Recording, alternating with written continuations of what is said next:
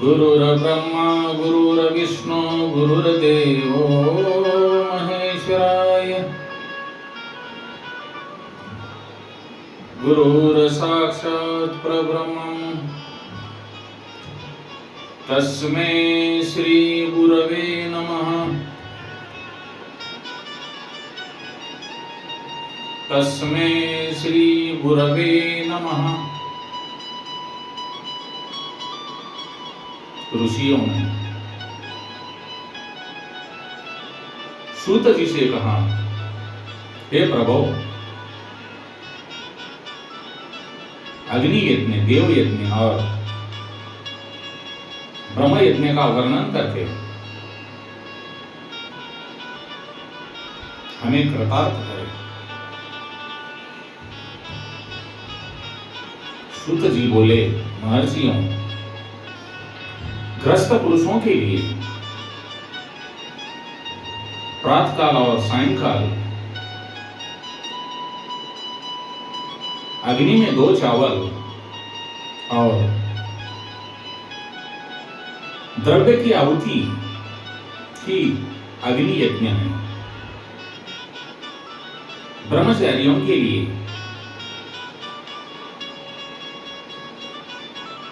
समिधा का देना ही अग्नि यज्ञ है, अर्थात अग्नि में सामग्री की आहुति देना, उसके लिए अग्नि यज्ञ है।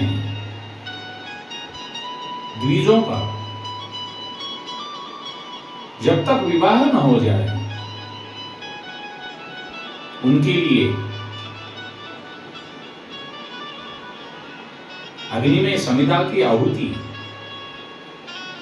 व्रत तथा जाप करना ही अग्नि यज्ञ है। द्विजो, जिसने अग्नि को विसर्जित कर उसे अपनी आत्मा में स्थापित कर लिया है, ऐसे वानप्रस्थियों और सन्यासियों के लिए यही अग्नि यज्ञ है कि वे समय पर हितकर और पवित्र अन्न का भोजन कर ले। ब्राह्मणों सायंकाल के अग्नि यज्ञ के लिए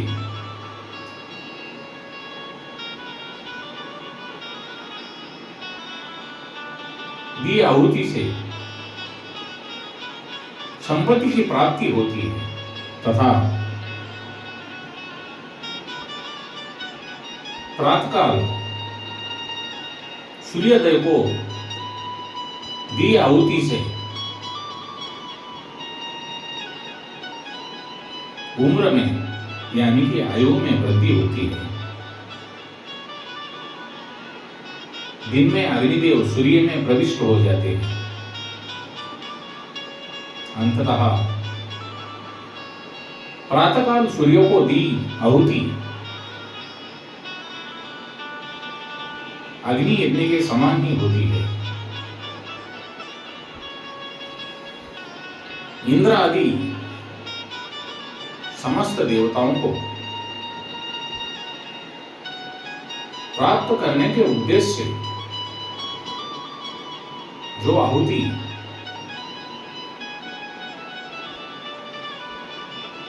अग्नि में दी जाती है वह देव यज्ञ कहलाती है। लेकिन अग्नि में प्रतिष्ठित जो संस्कार निमित्तिक हवन कर्म है वह देव यज्ञ है।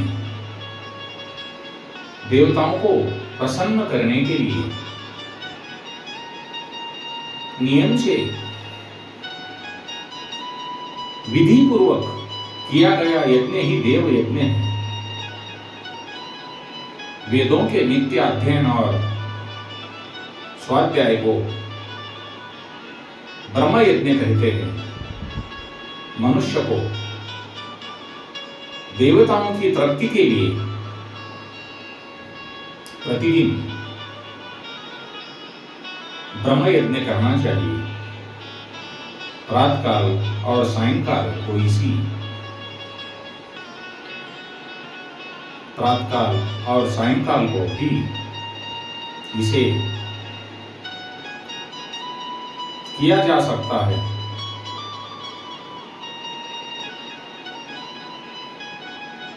अग्नि के बिना देव यज्ञ कैसे होता है, इसे श्रद्धा और आदर से सुनो। इस सृष्टि के आरंभ में सर्वज्ञ और सर्वसमर्थ महादेव शिव जी ने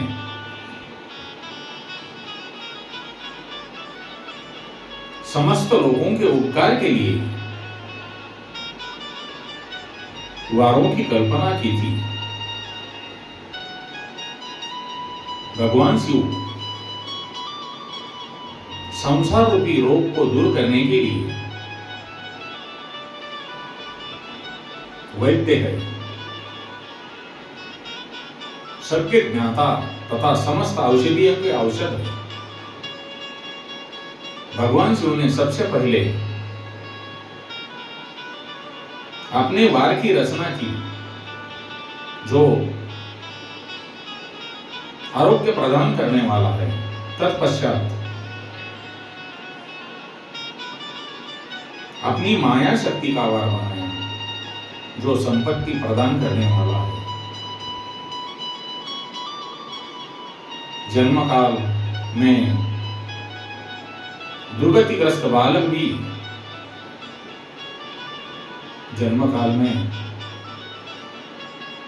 दुर्गतिग्रस्त बालक की रक्षा के लिए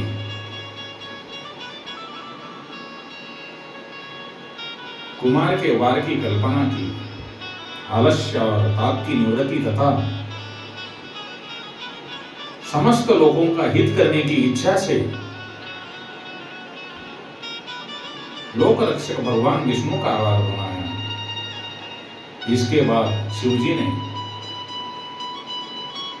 पुष्टि और रक्षा के लिए आयुकर्ता त्रिलोक सृष्टा परमेष्टि ब्रह्मा का भविष्य कारक वार बनाया। तीनों लोगों की वृद्धि के लिए पहले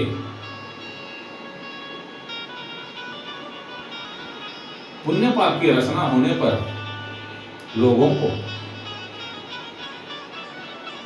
शुभाशुभ फल देने वाले इंद्र और यम के वारों का निर्माण किया। ये वार भोग देने वाले तथा मृत्यु भय को दूर करने वाले हैं। इसके उपरांत भगवान शिव ने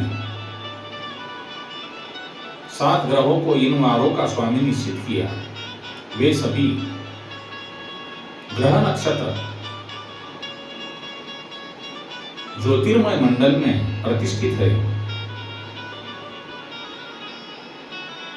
भगवान शिव के वार के स्वामी सूर्य है। शक्ति संबंधी वार के स्वामी सोम, कुमार संबंधी वार के अधिपति मंगल, विष्णु वार के स्वामी बुध, ब्रह्मा जी के वार के स्वामी बृहस्पति, इंद्र के वार के स्वामी शुक्र व यम के वार के स्वामी शनि है। अपने अपने वार में की गई देवताओं की पूजा उनके फलों को देने वाली है।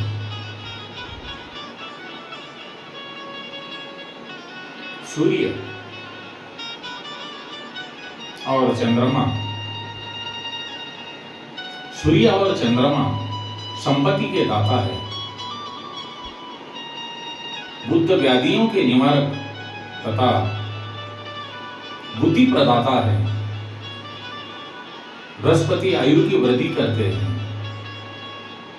शुक्र भोग देते हैं और शनि मृत्यु का निवारण करते हैं। इन 7 वारों के फल उनके देवताओं के पूजन से प्राप्त होते हैं। अन्य देवताओं की पूजा का फल भी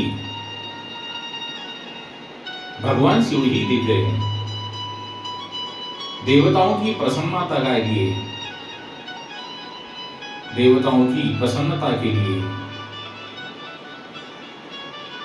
पूजा करने की 5 पद्धतियां हैं। पहले उन देवताओं के मंत्रों का जाप, दूसरा होम, तीसरा दान और चौथा ताप तथा 5वां वेदी पर प्रतिमा में अग्नि अथवा ब्राह्मण के शरीर में विशिष्ट देव की भावना करके 16 उपचारों से पूजा तथा आराधना करना। दोनों नेत्रों तथा मस्तक के रोग में कुष्ठ रोग की शांति के लिए भगवान सूर्य की पूजा करके ब्राह्मणों को भोजन कराए।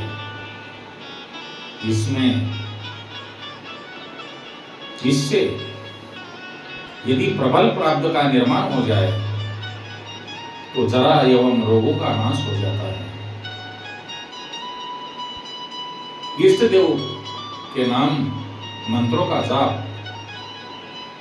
वार के अनुसार फल देते हैं। रविवार को सूर्य देव एवं अन्य देवताओं के लिए तथा अन्य ब्राह्मणों के लिए विशिष्ट वस्तु अर्पित करें। यह साधन विशिष्ट फल देने वाला है तथा इसके द्वारा पापों की शांति होती है। सोमवार को संपत्ति एवं लक्ष्मी की प्राप्ति के लिए लक्ष्मी की पूजा करें तथा पत्नी के साथ ब्राह्मणों को घी में पका अन्न का भोजन कराएं। मंगलवार को रोगों की शांति के लिए काली मां की पूजा करें। उड़द, मूंग एवं अरहर की दाल में युक्त अन्न का भोजन करें। उक्त अन्न का ब्राह्मणों को भोजन कराएं। बुधवार को दधि युक्त अन्न से भगवान विष्णु का पूजन करें। ऐसा करने से पुत्र मित्र की प्राप्ति होती है। जो दीर्घायु होने की इच्छा रखते हैं वे बृहस्पतिवार को देवताओं का वस्त्र, यज्ञोपवीत तथा घी मिश्रित खीर से पूजन करें। भोगों की प्राप्ति के लिए शुक्रवार को एकाग्र चित्त होकर देवताओं का पूजन करें और ब्राह्मणों की तृप्ति के लिए षडशुक्त अन्न दे। स्त्रियों की प्रसन्नता के लिए सुंदर वस्त्र का विधान करें। शनिवार अपमृत्यु का निवारण करने वाला है। शनिवार के दिन रुद्र की पूजा करें। तिल के होम एवं दान से देवताओं को संतुष्ट कर दे। ब्राह्मणों को तिल मिश्रित भोजन कराए। इस तरह से देवताओं की पूजा करने से आरोग्य एवं उत्तम फल की प्राप्ति होगी। देवताओं को नित्य विशेष पूजन, स्नान, दान, जाप, होम तथा ब्राह्मण तर्पण एवं रवि आदि वारों में विशेष तिथि और नक्षत्रों का योग प्राप्त होने पर विभिन्न देवताओं के पूजन में जगदीश्वर भगवान शिव भी उन देवताओं के रूप में पूजित होकर सब लोगों को आरोग्य फल प्रदान करते हैं। देश काल पात्र द्रव्य श्रद्धा एवं लोक के अनुसार उनका ध्यान रखते हुए महादेव जी की आराधना करने वालों को आरोग्य की फल देते हैं। मंगल कार्य आरंभ में, अशुभ कार्यों के अंत में तथा जन्म नक्षत्र के आने पर ग्रस्त पुरुष अपने घर में आरोग्य की समृद्धि के लिए सूर्य ग्रह का पूजन करें। इससे सिद्ध होता है कि देवताओं का पूजन संपूर्ण अभिष्ट वस्तुओं को देने वाला है। पूजन वैदिक मंत्रों के अनुसार ही होना चाहिए। शुभ फल की इच्छा रखने वाले मनुष्य को 7 दिन में अपनी शक्ति के अनुसार देव पूजन करना चाहिए। निर्धन मनुष्य तपस्या एवं व्रत आदि से तथा धनी धन के द्वारा देवी देवताओं की आराधना करें। जो मनुष्य श्रद्धा पूर्वक इस तरह के धर्म का अनुष्ठान करता है वह पुण्य लोक में अनेक प्रकार के फल भोग कर पुनः इस पृथ्वी पर जन्म ग्रहण करता है। धनवान पुरुष सदा भोग की सिद्धि के लिए मार्ग में वृक्ष लगाकर लोगों की छाया की व्यवस्था करते हैं और उनके लिए कुएं बावड़ी बनवाकर पीने के पानी की व्यवस्था करते हैं।